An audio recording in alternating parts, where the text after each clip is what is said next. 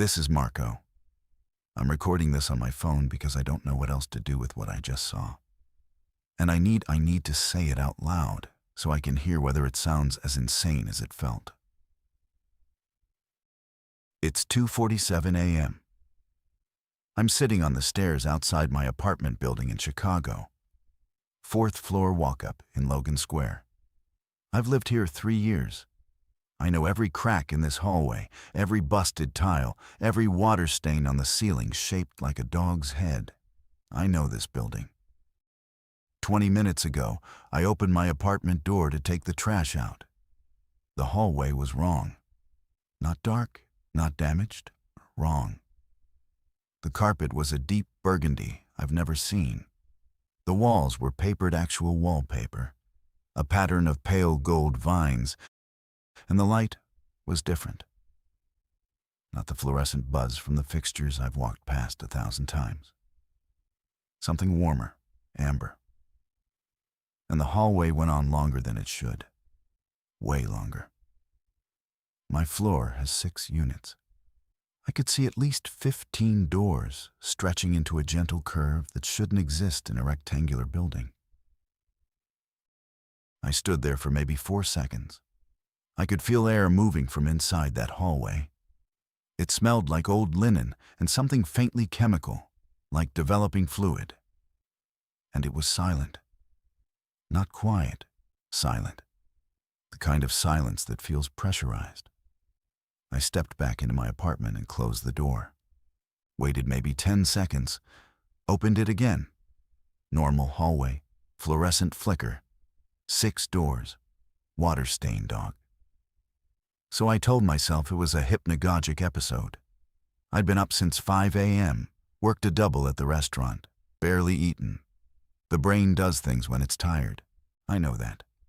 I almost convinced myself. Then I heard my neighbor Val's door open. I heard her say, "What the?" and stop. I heard her door close fast. And then I heard the deadbolt. She saw something too. That was 20 minutes ago. I haven't gone back inside yet. I texted Val. She didn't respond for 6 minutes, which is unusual because Val is a night owl and a compulsive phone checker. When she did respond, she said, "Did your hallway just look completely different for a second?" I called her. She picked up on the first ring, which tells you something about how she was feeling. Val describes what she saw differently than what I saw. She says her hallway had concrete walls, industrial, green-painted metal doors with small rectangular windows, like a hospital or an old school. She says the light was blue-white and harsh. She says it went on straight, not curved. And she could hear a sound, a low mechanical hum, like an HVAC system running hard somewhere below. Different hallway, same moment, same building. We compared. She opened her door at roughly 2:25 a.m. I opened mine at roughly 2:27. Both of us saw something that wasn't our building. Both wrong hallways lasted only as long as we stood looking. Both reverted the instant the door closed and reopened. Val's a pragmatist. She works in logistics for a medical supply company. She doesn't scare easy. But I could hear it in her voice, that specific tightness when someone is being very careful about what they say, because they don't want to hear themselves panic. We decided to check the building's group chat. It's a 12-unit building. The group chat is mostly noise complaints and package theft warnings, but nearly everyone's on it. Val posted, "Did anyone else notice something strange in the hallway around 2:25 a.m.? Within 4 minutes, 3 more people responded. Deshawn on the 2nd floor, Rena on the 3rd, and old Mr. Costa on the 1st floor, who types in all caps and doesn't use punctuation. Deshawn: "Bro, my hallway turned into a hotel, like a nice hotel. Patterned carpet, brass fixtures, the works." Rena: "I thought I was dreaming. My hallway had stone walls, like a castle or a church basement. There were torches." Mr. Costa. The hall was not the hall, doors were wood. I closed and it came back, normal, do not open doors again. 5 residents, 5 different wrong hallways, all between 2:24 and 2:28 a.m. None of us slept after that. By 7 a.m., daylight had done what daylight does. It made the whole thing feel absurd. Val and I met in the real hallway, confirmed, real, fluorescent, ugly, and we stood there looking at each other like 2 people trying to decide whether to laugh or file a police report. We opened and closed doors. Mine, hers, the stairwell door. Everything was exactly where it should be. I walked the whole building, every floor, every hallway. Normal, solid, boring. Deshaun came up and joined us. He'd barely slept either. He works in IT at a small firm downtown, and his instinct was the same as mine. Explain it. He'd already been on Reddit, searching for gas leaks causing shared hallucinations, infrasound from construction equipment, even ergot contamination in building water supplies. He had theories. None of them held. Because here's the thing that none of us could explain away. We all saw different things. If it were a gas leak or a shared hallucination trigger, you'd expect some commonality. We all saw a hallway that replaced our hallway, but every single person saw a different version, different materials, different lighting, different sounds. That's not how toxicological hallucinations work. That's not how anything works. Rena came out too. She's a grad student in art history, quieter than the rest of us. And she said something that stuck with me all day. She said, "It didn't feel like I was seeing something that wasn't there. It felt like the hallway actually was those things. Like the building changed and then changed back." That's exactly what it felt like. Not a vision, a replacement. Mr. Costa wouldn't come out. He spoke to us through his door. He said, and I'm paraphrasing because his English loops sometimes, "In my country, old people say doors are not always doors. After midnight, a door you leave open is an invitation. You close your doors at night, always. This is known." None of us were particularly moved by folk wisdom at 7 a.m. Deshaun made a joke. Val rolled her eyes. I appreciated the old man's certainty, even if I didn't share it. But I noticed something. "Mr. Costa said, 'A door you leave open.'" Deshaun had his door propped open with a shoe because he was taking recycling out in batches. Rena had left her door ajar while carrying laundry. Val's door had been open for her cat. My door, I'd opened it and held it while turning back for the trash bag. Every one of us had the door open before we looked. None of us closed it behind us first. We agreed to a plan. All 5 of us would stay up the following night. Deshaun set up a camera in the second-floor hallway, one of those cheap security cams that records to an SD card. Val had a GoPro she mounted above her door. I used my phone on a tripod facing out my peephole, which doesn't give much, but it's something. The rules were simple. At midnight, we'd each open our apartment door and leave it open. We'd stand inside the threshold and observe. We'd text the group in real time, and if anything happened, nobody steps through. That last rule was Mr. Costa's contribution. He still wouldn't come out, but he was on the group text, and he was very firm. "Look, but do not go through. You go through, you do not know where you are." Midnight passed. Nothing. 12:30. Nothing. The hallway was our hallway. Deshaun reported feeling ridiculous. Val said her cat was more interesting than the experiment. At 1:14 a.m., Rena texted, "The light just changed." I looked through my peephole. My hallway was still normal. Val reported the same. Deshaun normal. But Rena, on the 3rd floor, was seeing it again. She described it carefully, texting in clipped sentences.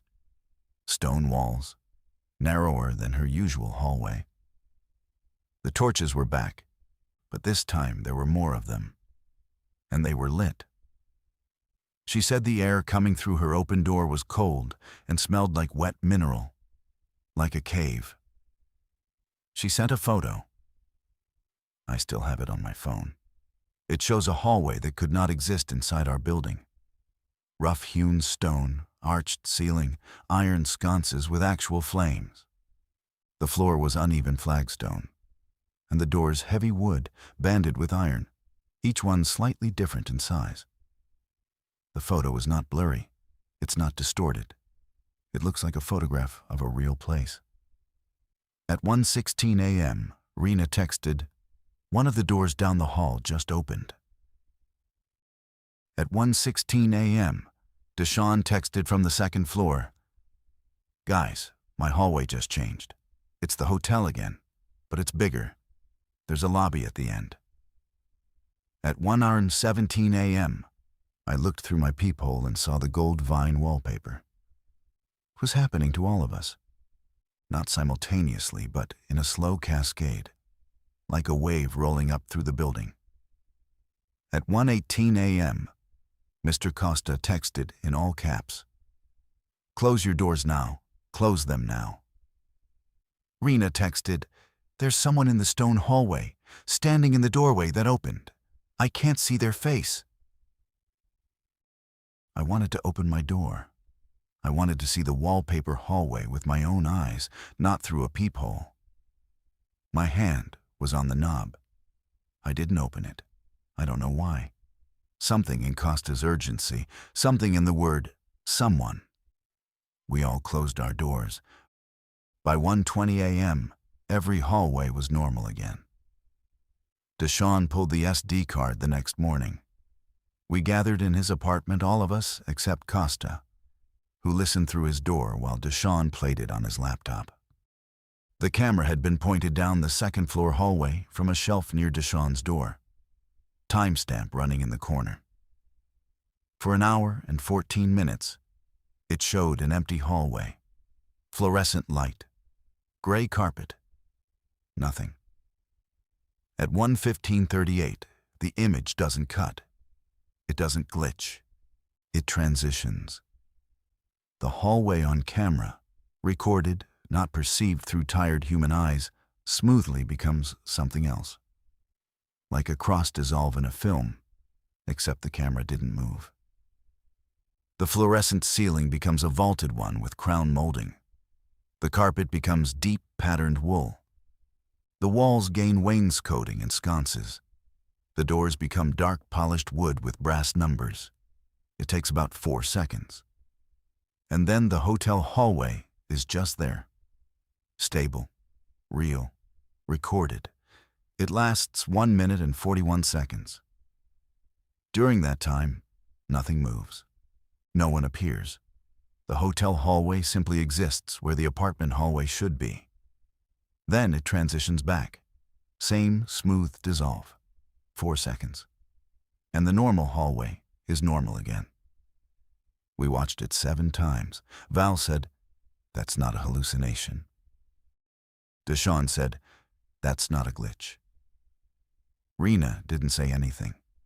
She was looking at the frame where the transition is midway, where you can see both hallways at once, overlapping, semi-transparent, like a double exposure. In that frame, if you look carefully, there's a shape in the hotel hallway. A figure, standing still in one of the doorways, half visible through the dissolve. You can't tell much about it. It could be a man, it could be a woman, it could be a coat rack. But it's there in the overlap. And it's not there in the frames before or after. Something is on the other side of those hallways, and it knows the doors are open. I need to jump ahead 2 days because what happened next changes the scale of this completely. Deshawn posted the camera footage to a Chicago subreddit. Anonymized, no building address, just the clip with the question, "Anyone else's hallway doing something weird after midnight?" Within 6 hours, there were over 400 replies. Not all of them were relevant. Some were jokes. Some were people misunderstanding. But buried in the noise were dozens of accounts that matched ours precisely. People across Chicago, Pilsen, Uptown, Bridgeport, Hyde Park, describing the same phenomenon. After midnight, an interior door left open leads to somewhere else. The replacement hallway is different for everyone. It reverts when the door closes, and it's been happening for at least a week. A woman in Wicker Park posted a video. Her apartment's bathroom door, propped open with a wastebasket at 1:30 a.m., opens onto a tiled corridor with green fluorescent lighting and a floor that slopes gently downward. You can hear water dripping. The video is 40 seconds long. In the last 3 seconds, a shadow moves across the far wall. A man in Bronzeville posted a photo of his bedroom closet. Instead of clothes, it shows a narrow wooden staircase going up. He says he could feel warm air coming down the stairs, and he could smell food. Something cooking. Something that smelled like his grandmother's kitchen. And his grandmother has been dead for 11 years. That detail bothered me more than the stone hallways and the hotel lobbies. By the second day, the subreddit thread had been cross-posted to 4 other cities. People in Detroit, Minneapolis, St. Louis, and Indianapolis were reporting the same thing. Not identical descriptions, every person sees a different wrong space, but the mechanism was identical. Interior door, left open, after midnight, leads somewhere else. The pattern held perfectly. It had to be an interior door. Exterior doors, garage doors, car doors, nothing. Interior only. It had to be left open or ajar before midnight, not opened fresh after. And the replacement space appeared only in the gap of the open door. If you closed it and reopened it, you got your normal room back. The wrong space needed the continuous opening to sustain itself.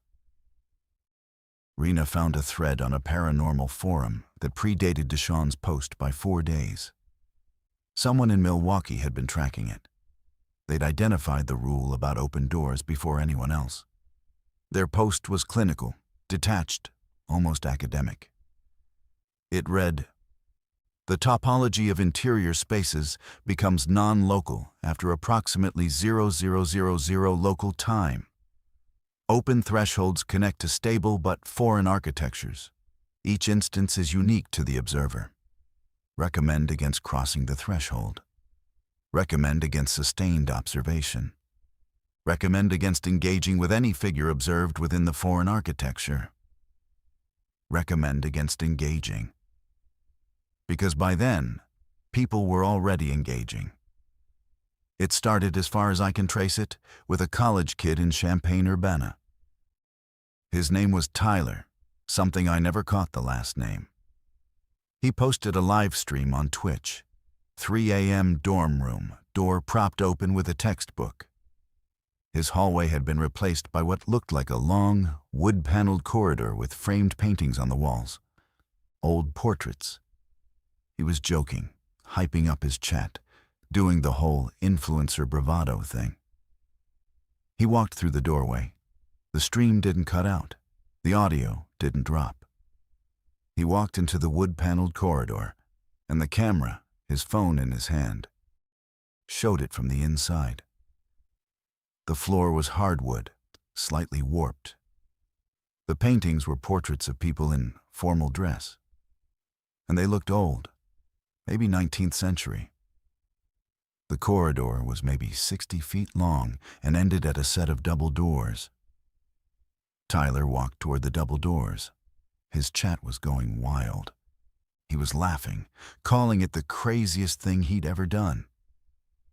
At the 40-second mark, he tried one of the side doors in the corridor. It was locked. He tried another. Locked. He kept walking toward the double doors at the end. At the 58-second mark, he stopped. He wasn't laughing anymore. He said quietly, "There's someone standing behind the doors. I can see their feet underneath." At the 1 minute 4-second mark, the double doors opened inward. The stream shows a half-second of something, a room, large, with a high ceiling and what might be a chandelier. And then the feed goes to static. Not black, static. Old analog static on a digital stream. Tyler's roommate, who'd been watching from the dorm room, said the corridor stayed visible through the open door for another 3 minutes. Then it dissolved. The normal dorm hallway came back. Tyler was not in it. He's still missing. That was the first documented crossing that went wrong. It was not the last. Over the next 48 hours, at least 19 people walked through open doors into the wrong spaces. Most of them were doing it on camera. Most of them were young. Most of them thought it was an adventure. 11 of them came back. They came back disoriented, cold, and unanimously unwilling to describe what they'd seen beyond the initial corridor. One woman in Minneapolis, a 26-year-old nurse, walked through her bathroom door into what she described as a hospital ward from the 1940s. She was gone for what her boyfriend clocked as 7 minutes. When she came back, her hair was wet, and she was shaking so hard she couldn't hold her phone. She said 2 words to her boyfriend: "They're waiting." She refused to elaborate. She's refused every interview request since. 8 people didn't come back. 8 people walked through doorways in their homes, on camera, witnessed by friends or streaming audiences. And as of my last check, none of them have been found. Not in their buildings, not anywhere. Their phones go to voicemail. Their locations just stop. 8 people gone.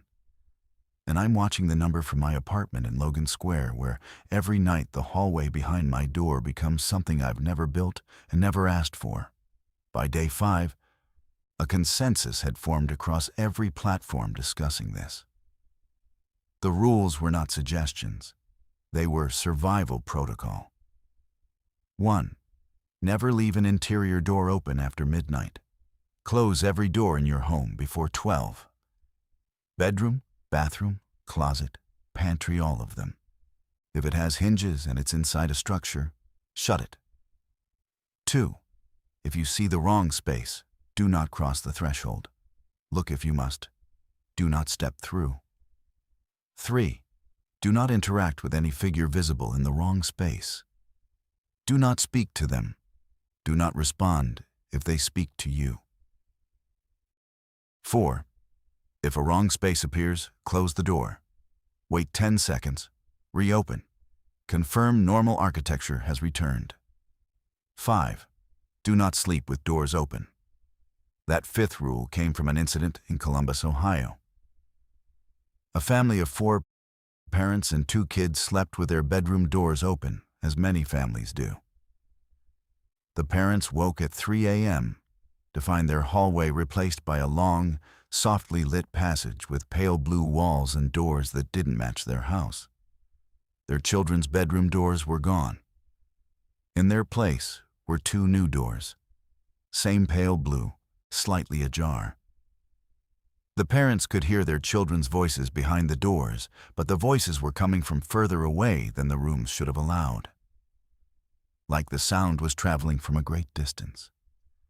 The father ran through the hallway to the first door. He pushed it open and found a room that was not his daughter's room. It was a facsimile. Same furniture, same posters on the wall, but scaled wrong, everything about 10% too large. The bed was empty. He turned around, and the hallway behind him was longer than it had been. The door to his own bedroom was now 30 feet away instead of 10. His wife was standing in the doorframe, screaming his name. He ran back. They closed the door, waited, reopened. Normal hallway. Kids in their beds, asleep, unaware. but the father said the distances were wrong for a moment. He said for about 2 seconds after the hallway returned to normal, the walk to his kid's room felt longer than it should. Like the geometry was slow to fully reset. That account went viral. Every parent in America heard it. By day 6, the cultural behavior shift was measurable. Hardware stores in major cities reported a run on door-closing springs, magnetic catches, and automatic door closers.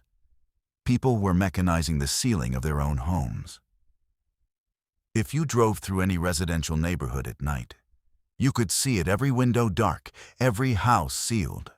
A civilization pulling its doors shut like a body closing its pores. My building held a meeting. In person. In the lobby. During daylight hours. 12 adults sitting in plastic chairs. And every one of them had seen something behind their doors. Every single one. And every single one had seen something different. Val is methodical. It's her nature. While the rest of us were reacting, she was cataloging. She'd been keeping a spreadsheet. Every report she could find, Reddit, Twitter, news sites that had started covering it, local Facebook groups. She logged the date, the time, the city, and most importantly, the description of the wrong space. She called me on day 6. It was noon. She sounded the way she sounds when she's found a pricing error in a supply chain-controlled excitement over a discovered pattern. "They're not random," she said. "The spaces, they're not random." She'd sorted the descriptions into categories. The most common types repeated across cities with no geographic clustering. Hotel corridors appeared in maybe 15% of reports. Institutional hallways, hospitals, schools, government buildings, another 20%. Stone or medieval architecture, about 10%. Residential spaces that resembled the observer's own home but altered, about 12%. And then a category she just labeled deep. Descriptions of tunnels, stairwells going down, underground passages, spaces that went below the apparent ground level. That category was growing. But here's what she'd found. The type of space correlated with the type of door. Bedroom doors most commonly produced residential facsimiles. Bathroom doors produced institutional spaces, hospitals, clinics, tiled corridors. Front doors that opened onto interior hallways, like ours, produced the most varied results, but skewed toward hotel or commercial architecture. And closet doors almost exclusively produced the deep category. Stairs going down, tunnels, passages. "The door type is a variable," Val said. "The space behind it isn't random. It's responsive. Something is matching the kind of threshold to the kind of space it generates." I asked her what that meant. She was quiet for a moment. Then she said, "It means this isn't a glitch. It's not a rupture. Something is engineering these connections. It's choosing what to show us based on the door we open." I asked her why. "I don't know," she said. "But I'll tell you what's bothering me most. I've been tracking the reports chronologically. In the first few days, the wrong spaces were empty. No figures, no sounds, just architecture. Over the last 2 days, almost every report includes something. A figure in a doorway, a voice, a shadow, footsteps." She pulled up the numbers. Day 1 and 2. 12% of reports mentioned a presence. Day 5 and 6, 68%. Whatever is behind those doors, it's not just there. It's getting closer to the threshold. Day 8. This is where I need to be careful because this is where it started getting personal, and I want to be accurate. I followed the rules. Every night, I closed every door in my apartment before midnight. Bedroom, bathroom, the shallow coat closet by the entrance. I sealed them, and I didn't open them until morning. I slept in the living room on the couch with no doors nearby. For a week, this worked. I saw nothing. The hallway outside my apartment was normal whenever I checked the peephole. On the 8th night, at approximately 2:40 a.m., I heard my mother's voice. My mother lives in Tucson. She's 63. She calls me every Sunday. I know her voice the way you know any voice you've heard since before you could speak. It's not something I could mistake. She was calling my name. Marco. Marco, are you there? It was coming from behind my bedroom door. The closed bedroom door. I lay on the couch, and I did not move. I knew the rules. I had internalized them completely.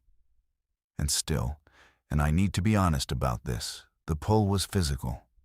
Not emotional, physical. My body wanted to get up and open that door in the same way my body wants to breathe. It was not a decision I had to resist. It was a reflex I had to suppress. Marco, I need help. Something's wrong with the house. Her voice, her exact cadence. The way she drops the H slightly on help because she grew up speaking Spanish first. Perfect. I called my mother. Real phone, real number. She picked up on the third ring, groggy, confused, alive in her bed in Tucson. I told her I'd had a nightmare. She told me to drink water and go back to sleep. I hung up. The voice behind the door was still going. Marco, please, I can hear you out there. Why won't you open the door? I put in earbuds. I played music. I lay on the couch until dawn. In the morning, I opened the bedroom door, my bedroom, exactly my bedroom. Nothing wrong, nothing changed. But I checked the group chat, and Val had heard her sister. Deshaun had heard his ex-girlfriend, the one he still talks about when he's had too many beers. Rena had heard her thesis advisor, which she said made no sense until she realized it was the person whose approval she craved most in her current life. Not family for everyone, not lovers. The person whose voice would be hardest to ignore.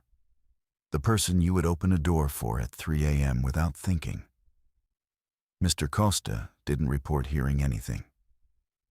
But Mr. Costa also told us, through his door as always, that he had sealed every interior door in his apartment with packing tape before midnight. Not just closed, sealed. He said, "If the door cannot open, it is not a door. It is a wall. They cannot use a wall." I bought packing tape that afternoon. So did everyone in my building. So did, according to social media, roughly half the population of the American Midwest. I need to talk about Sasha because she's the reason this recording exists. Sasha Medina was a woman who lived 2 buildings down from mine. I didn't know her. Val knew her slightly. They'd crossed paths at the laundromat. 29 years old, worked as a veterinary technician. Lived alone with 2 cats. On day 9, Sasha's coworkers reported her missing. She hadn't shown up for her shift, wasn't answering her phone. Her building manager did a welfare check. Her apartment was unlocked. The cats were inside, agitated, unfed for what the vet later estimated was 18 to 20 hours. Every door in Sasha's apartment was open. Every single one. Bedroom, bathroom, closets, the cabinet under the kitchen sink, every door that could open had been opened. And in the center of her living room, on the floor, she had arranged objects. Personal items, photos, jewelry, a stuffed animal, a set of keys. They were arranged in a circle, and inside the circle she had written, in marker on the hardwood floor, "They showed me where everyone goes." Sasha has not been found. The police report, which I obtained because Val is resourceful and has a contact in the department, notes that there was no sign of forced entry, no sign of struggle, and no indication of where Sasha exited the apartment. Her shoes were by the door. Her coat was on the hook. Her phone was on the kitchen counter, unlocked, with the last open app being a voice recorder. The recording was 17 minutes long. I have not heard it firsthand. Val's contact described it to her, and Val told me, and I'm relaying what I was told. In the recording, Sasha is calm. She describes having followed the rules for several nights. Then she describes deciding not to. She says she left her bedroom door open deliberately, and she watched the wrong space form. She describes a hallway with pale walls and soft lighting, and a door at the end that was already open. She says she walked through. She describes the space on the other side as a building she doesn't recognize, but that feels familiar. She says it has rooms. Many rooms on many floors. She says the rooms are furnished differently. Some look like apartments, some like offices, some like waiting rooms. She says they are all empty but feel recently occupied. She says the air is warm and smells like clean laundry. She describes climbing stairs. She describes finding a room with windows, but the windows look out onto nothing. Not darkness, nothing. A blank. She says it's not frightening. She says it's the most peaceful place she's ever been. And then she describes hearing voices, not mimicked voices, real voices, many of them, coming from deeper in the building. She says they sound like people having conversations, ordinary conversations. She says she's going to find them. The recording doesn't end abruptly. There's no scream, no cut. Sasha says, "I'm going to go downstairs. I'll leave this recording so people know I came here on purpose. I wasn't taken, I walked through. And I don't think I want to come back." Then silence. Then the recording auto stops at 17 minutes. I don't know what to do with that. I don't know how to process a person calmly choosing to walk into an impossible place and not return. The police classified it as a missing person case. They did not reference the door phenomenon in the report. They did not acknowledge the circle of objects or the writing on the floor in the official summary. But Sasha made a choice. And she's not the only one. The number of people who have walked through on purpose is growing. Not everyone who crosses is taken. Some of them go willingly. By day 10, this was no longer a Reddit curiosity. It was a public safety crisis that nobody in authority seemed equipped to name. The first official acknowledgement came from the Chicago Fire Department, of all sources. A deputy chief gave a press conference about a spike in missing persons cases and made a reference to reports of spatial disorientation in residential structures. That phrase, spatial disorientation, became the institutional euphemism. Not dimensional breach, not architectural replacement, spatial disorientation. FEMA issued a guidance bulletin that recommended securing all interior doors during nighttime hours without explaining why. The bulletin was one page. It read like it had been written by someone who understood the problem and someone who refused to name it. Collaborating on the same document, the CDC published a brief noting, "No identified environmental toxin, pathogen, or contaminant consistent with reported perceptual anomalies," and recommended further study. Further study. As if this were a slow-moving epidemiological question and not a nightly reality for millions of people. But the infrastructure response that actually affected daily life wasn't federal. It was commercial. Within a week, every major hotel chain in the country had implemented automatic door closing mechanisms on every interior door. Hospitals converted to sealed ward protocols overnight. Schools, which were already locked down after dark, extended their closures to include interior door audits every evening. The TSA and I still don't fully understand why the TSA got involved, issued a directive about airport interior doors that resulted in maintenance crews sealing bathroom stalls and gate doors at every major hub between 11 p.m. and 5 a.m. The economy of midnight changed. Bars started closing at 11. Restaurants pushed last call to 10:30. Not because of any mandate, but because people wanted to be home, doors closed, before the witching hour. The phrase witching hour re-entered the common vocabulary with zero irony. Nightlife didn't die overnight, but it contracted, pulled back like a tide. My neighborhood changed. I could feel it. The 24-hour laundromat closed its doors at 11:45 p.m. and locked them. The corner store that used to be open until 2 a.m. started shutting at 11. Even the L trains felt different after midnight emptier. The few remaining passengers sitting with their eyes fixed forward, nobody looking at the doors between cars. We were adapting. Humans are extraordinary at adapting. Within 10 days, a civilization had reorganized around a single rule. Close your doors at night. Don't leave them open. Don't test it. Don't film it. Don't be a hero. And under that adaptation, a question nobody could answer. Why? What is behind the doors? What are the spaces? Who are the figures? And why is it escalating? Because by day 10, the closed doors were no longer enough.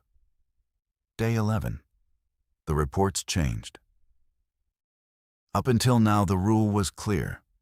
A door had to be open to produce a wrong space. Closed doors were safe. Closed doors were walls, as Costa said. The phenomenon respected the physical state of the threshold. On day 11, people started reporting sounds through closed doors. Not the mimicked voices, those had been happening for days. Something new. Structural sounds. Sounds that suggested the space behind a closed door was not the space that should be there. A woman in Milwaukee reported hearing ocean waves behind her bathroom door at 3 a.m. She did not open it. In the morning, the bathroom was normal, but the bath mat was damp with salt water. A man in Indianapolis reported hearing wind-strong wind gusting behind his closet door. He did not open it. In the morning, his closet was normal, but the clothes hanging inside were cold, ice cold, as if they'd been stored in a refrigerator overnight. In my building, Rena reported something worse. She heard footsteps behind her closed bedroom door, not the ambient sounds of a wrong space. Footsteps, measured, deliberate, crossing back and forth as if someone were pacing inside her closed bedroom. She sat in her kitchen until dawn. When she opened the door, her bedroom was normal. But her window was open, her window that she keeps locked, open with cold air pouring in, and on the windowsill a handprint in condensation, a handprint that was too long. The fingers were the right thickness, but at least 2 inches longer than any human hand she'd ever seen.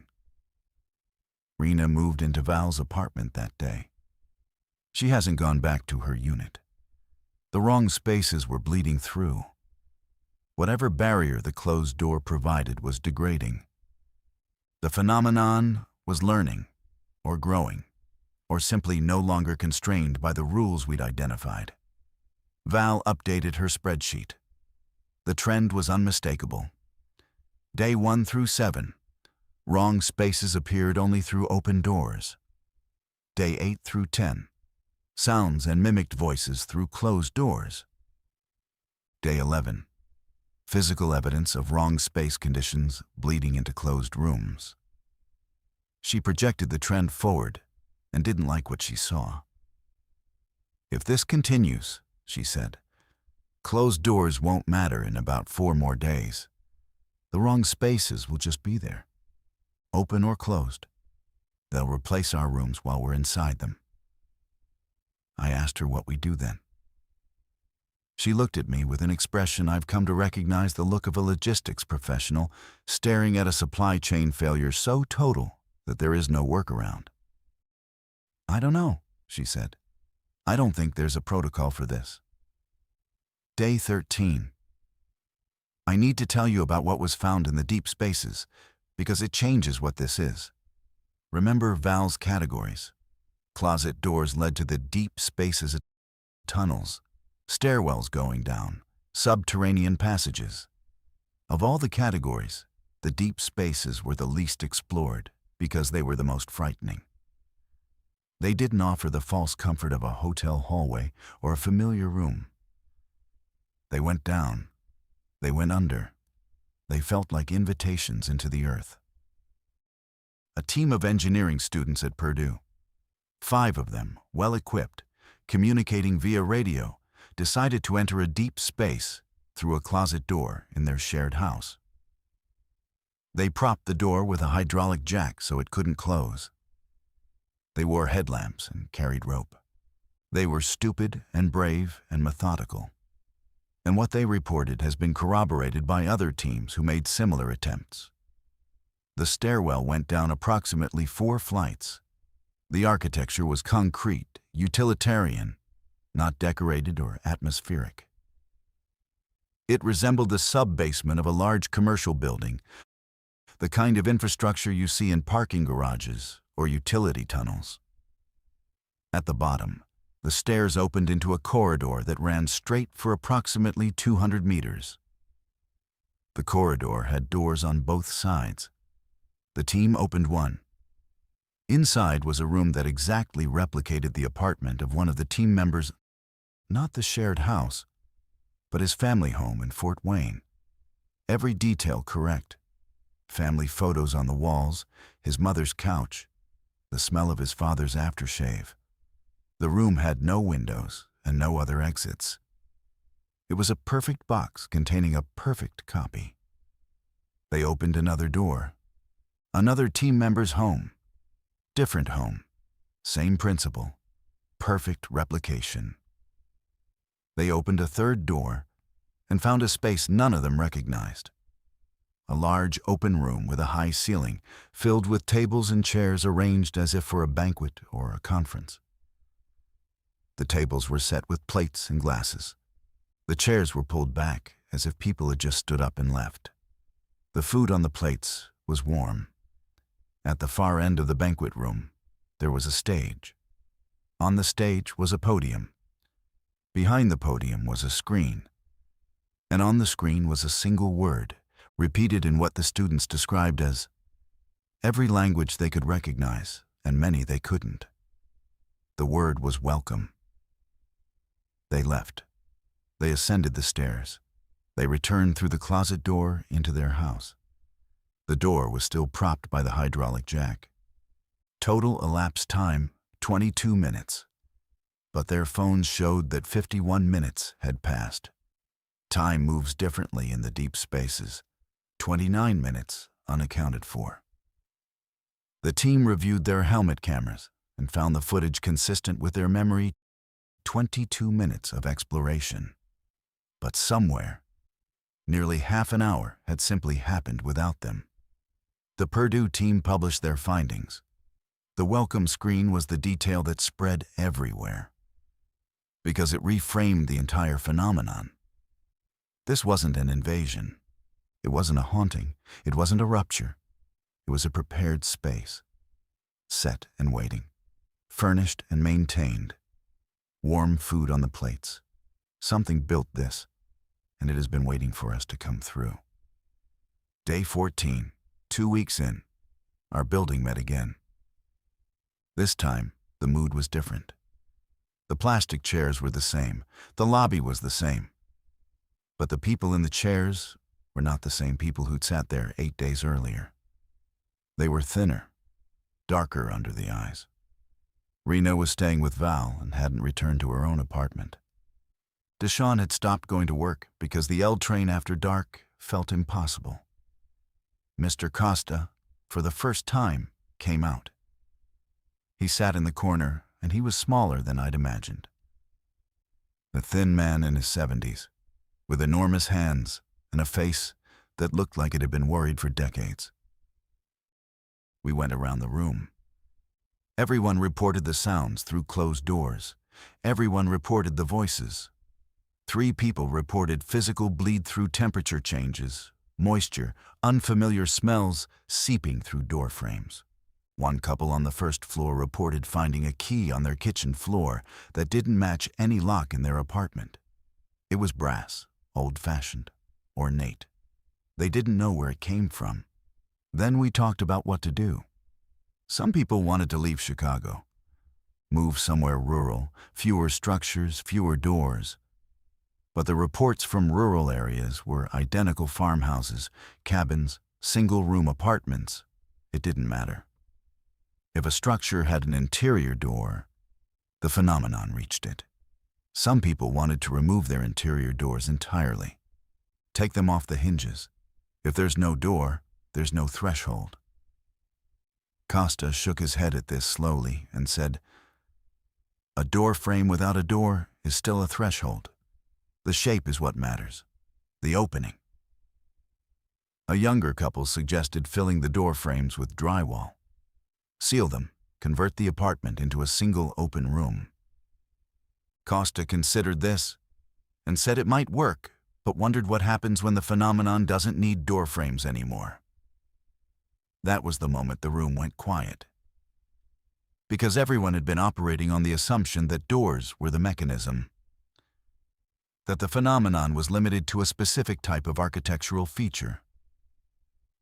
But the bleed-through suggested otherwise. And if the phenomenon was evolving, if it was iterating, expanding its capability, then doors might just have been the first foothold. Val spoke last. She'd been quiet through the whole meeting, which was unusual for her. She said she'd been tracking something new in the data. In the last 48 hours, reports had appeared of wrong spaces manifesting through windows. Not many. A handful, scattered across different cities. But windows are just doors for light. Archways, openings. "I think," Val said carefully, "we need to consider the possibility that this isn't about doors. It's about openings. Any opening. And whatever's on the other side has been polite enough to start with doors because doors are what we understand. But it's not going to stop there." Nobody had anything to say to that. The meeting ended. We went back to our sealed apartments. I taped my doors.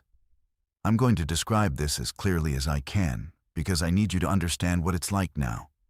It's 1:30 a.m. I'm in my living room. Every door in my apartment is closed and sealed with packing tape. The windows are closed and locked, and I've taped the seams. The apartment is a sealed box.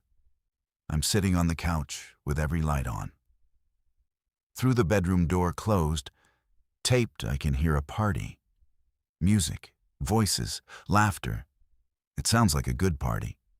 The kind you'd walk toward if you heard it through a wall. Glasses clinking. Someone telling a story that makes people laugh. A song I almost recognize, but can't quite place. Through the bathroom door closed, taped, I can hear running water and someone humming. The humming is tuneless and comfortable.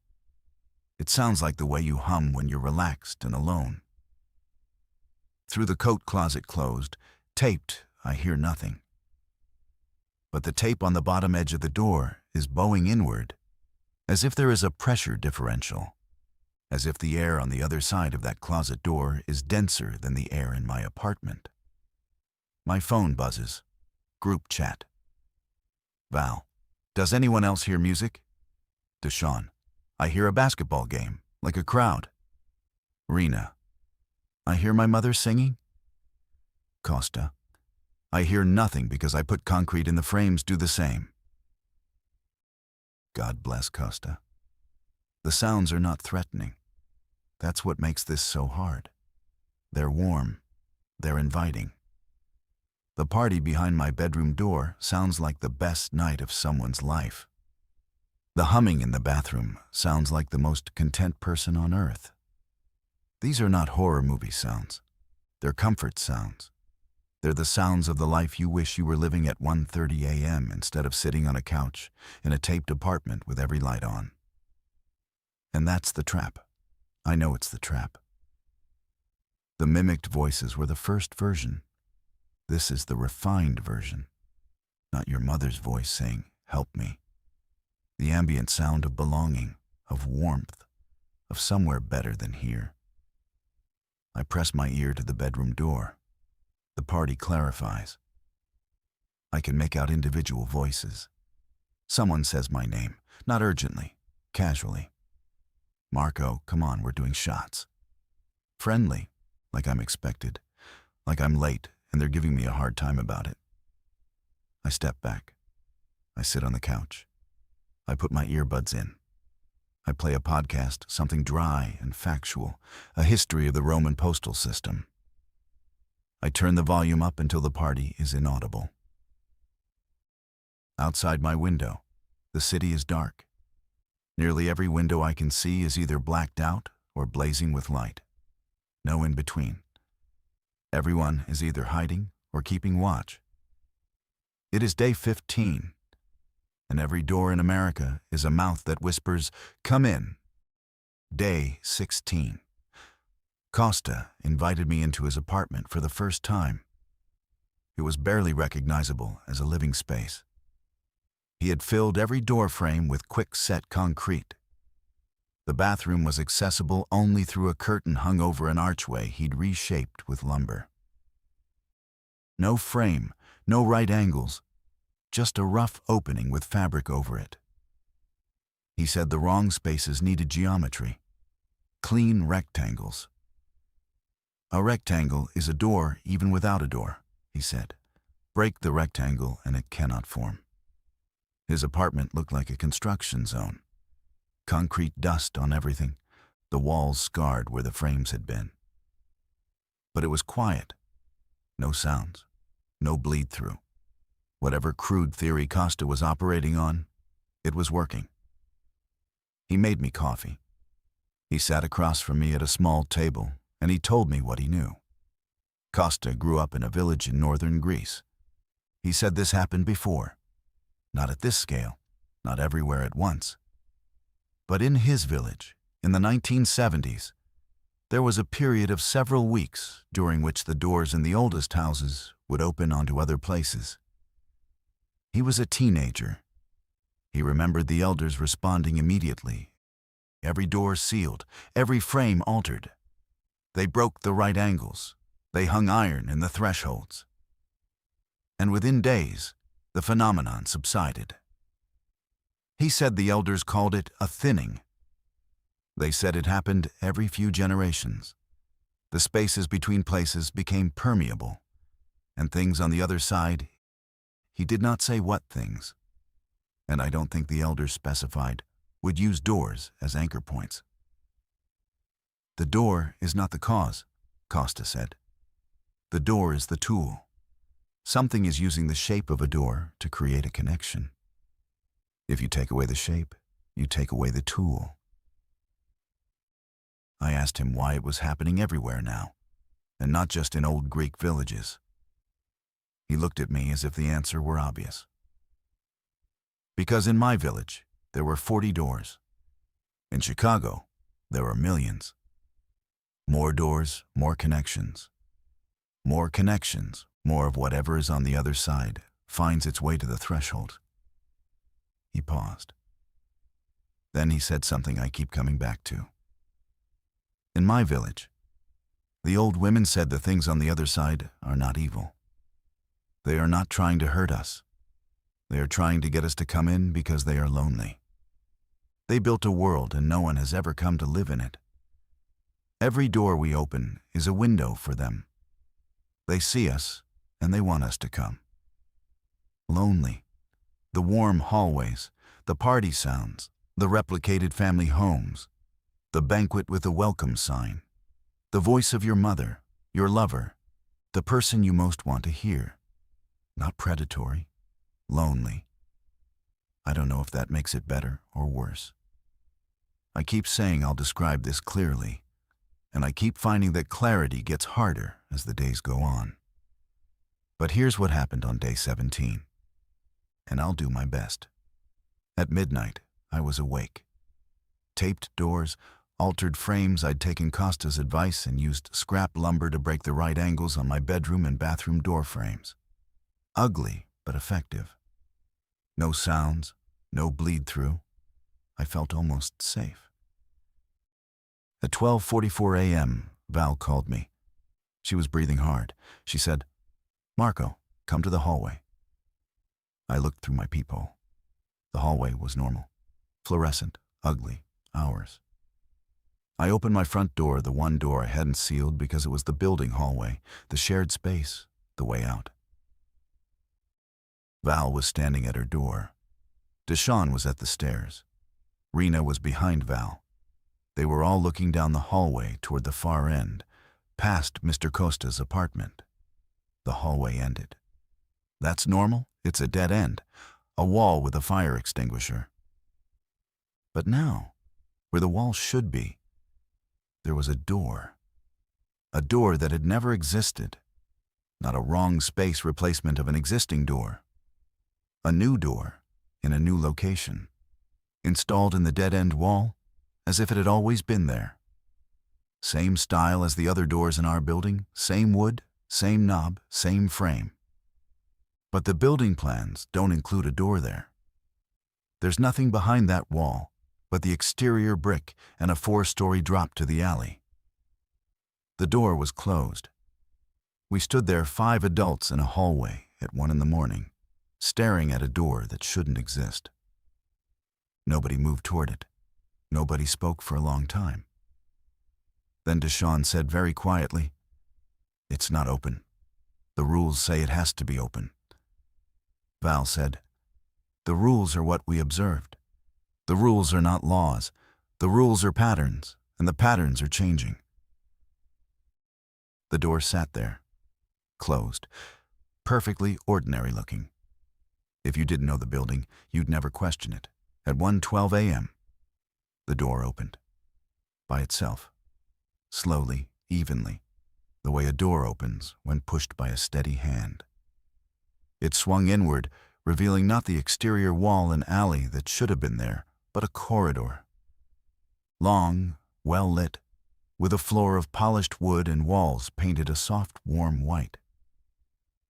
At the end of the corridor, maybe 50 feet away, there was a room. I could see part of it, an open space, with furniture, light, what looked like bookshelves. It looked like someone's home. A good home. A welcoming one. The air that came through the door was warm and smelled like cedar and something baking, something with cinnamon. None of us moved. The door stayed open. The corridor waited. Patient, warm, not threatening. At 1:15 a.m., Mr. Costa came out of his apartment. He walked past all of us. He stood in front of the open door and looked down the corridor for a long time. Then he turned to us and said, "I am 73 years old. My wife is dead. My children do not call. I understand why people walk through." He did not walk through. He closed the door. And this time, it stayed closed. But in the morning, the door was still there. By day 19, the new doors were everywhere. Not just in buildings that had experienced the phenomenon through existing doors. New doors were appearing in structures that had never been affected. They showed up in exterior walls, in basement floors, in ceilings. A woman in Detroit found one in her garage, a full-size door flat on the concrete floor, hinges and all, leading down. A family in St. Louis found one in the back of their garden shed, opening onto a corridor that stretched further than the shed's footprint could possibly allow. The architectural logic of the phenomenon had expanded beyond existing openings.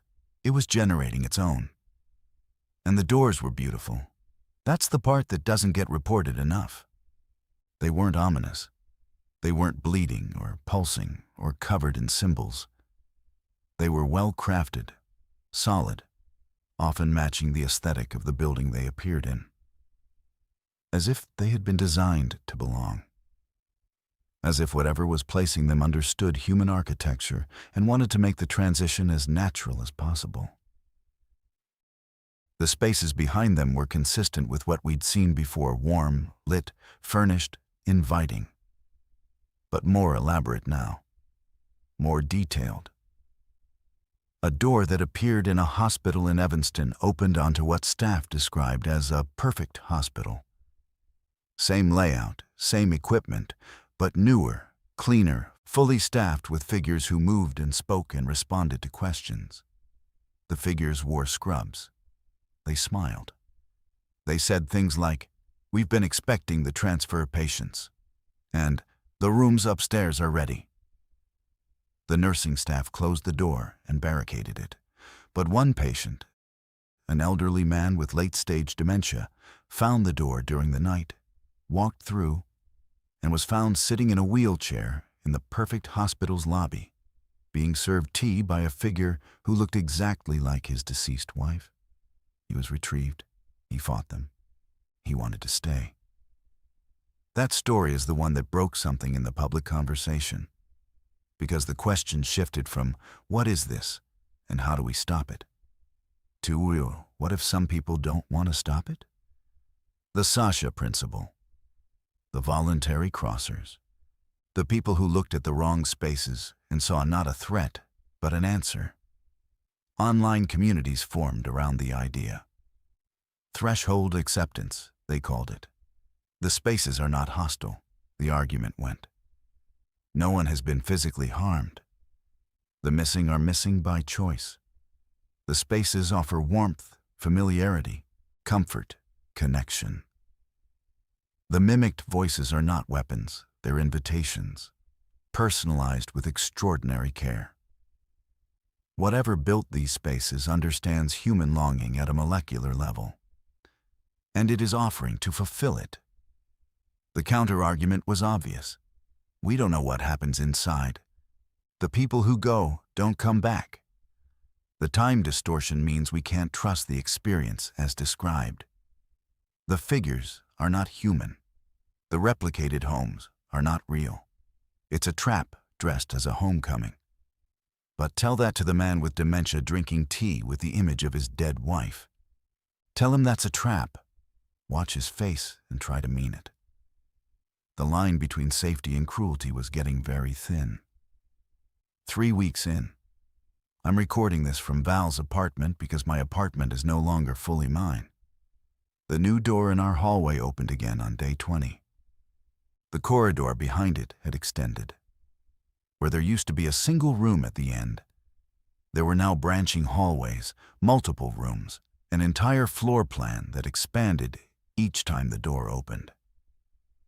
Deshawn, against everyone's advice, leaned through the doorframe, didn't step through, just leaned and reported that the space was immense.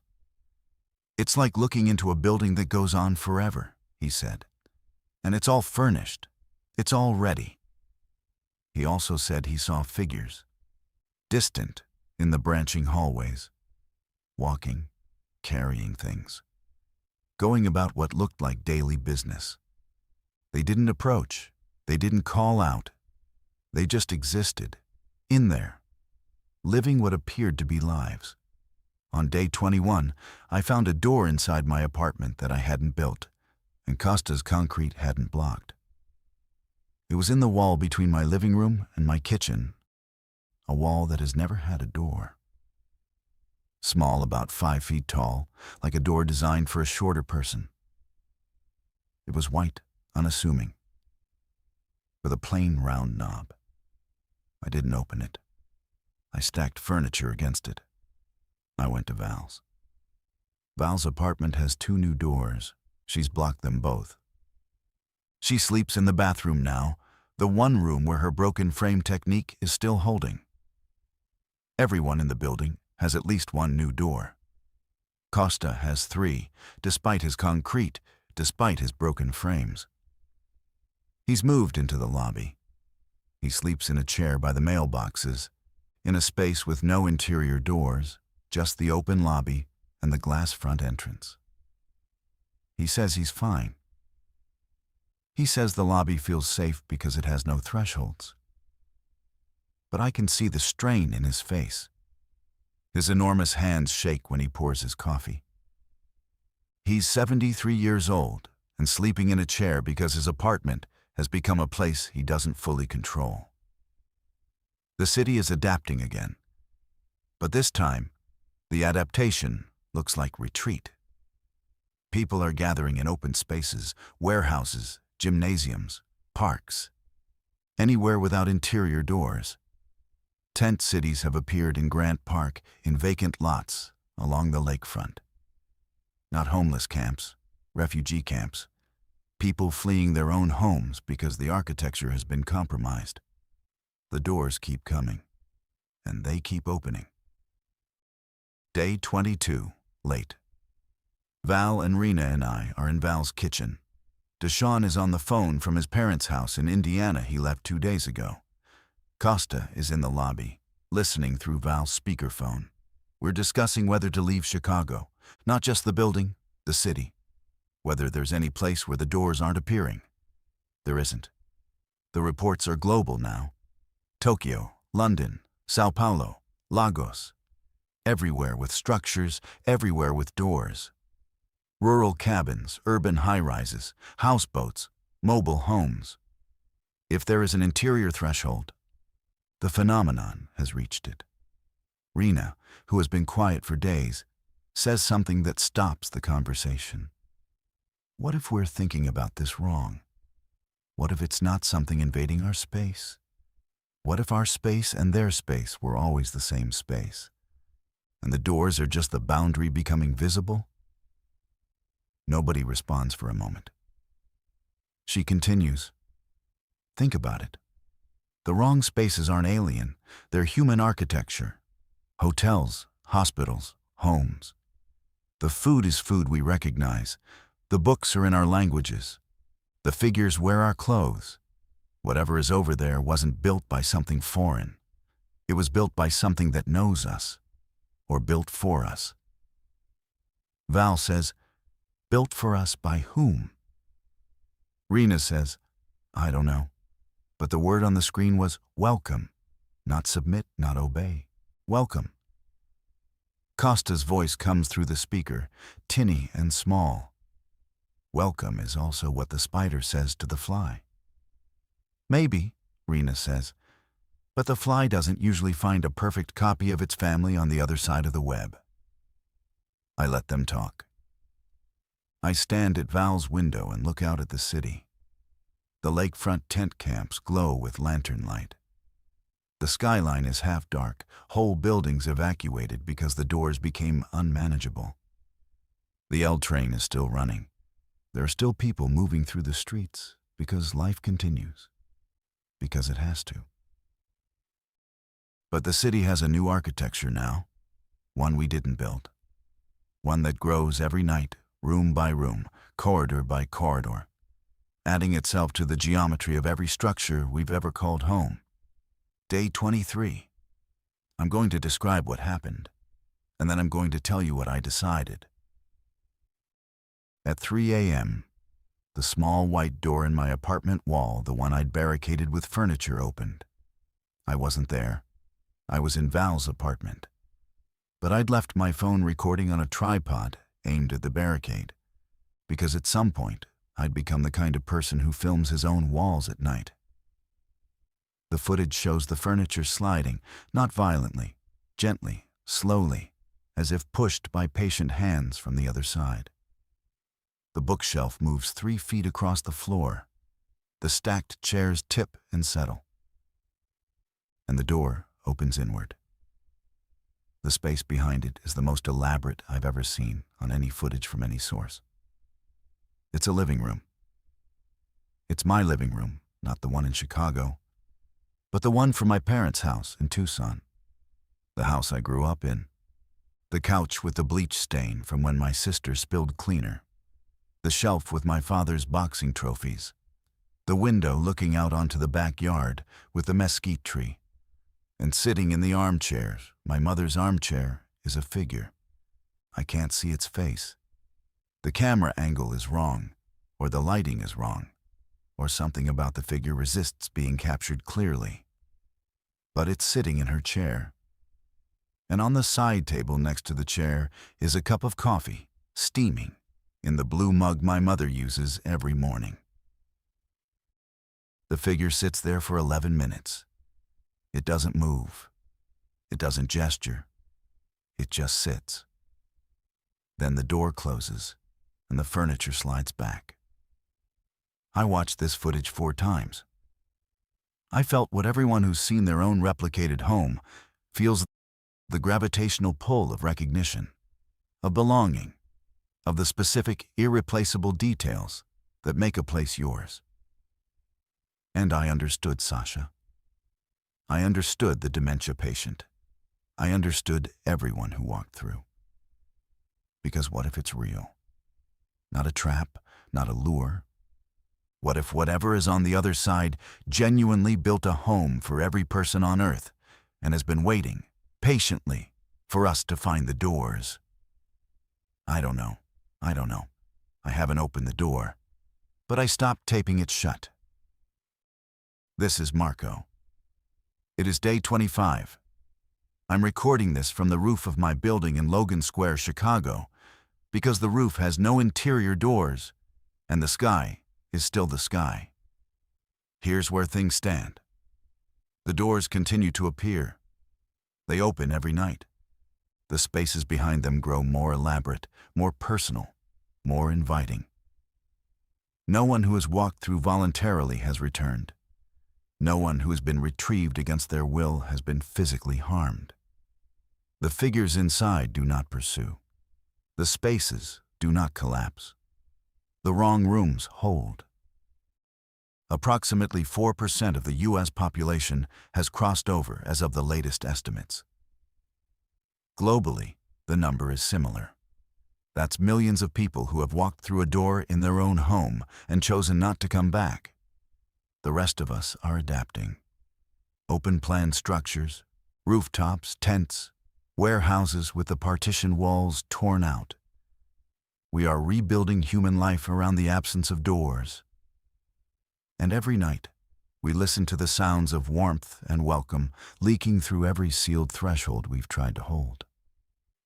I don't know what this is. I don't know if Costa's village elders were right, and this is a thinning. I don't know if Rena's right, and this is a boundary dissolving between 2 versions of the same space. I don't know if it's a trap or a gift, or something so far beyond human categories that both words are meaningless. I know this. There is a door in my apartment wall that opens onto my mother's living room in Tucson. The coffee on the side table is always fresh.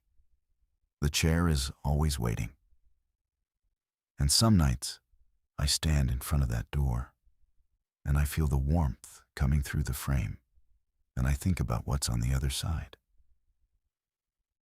I haven't walked through, but I leave the door open now.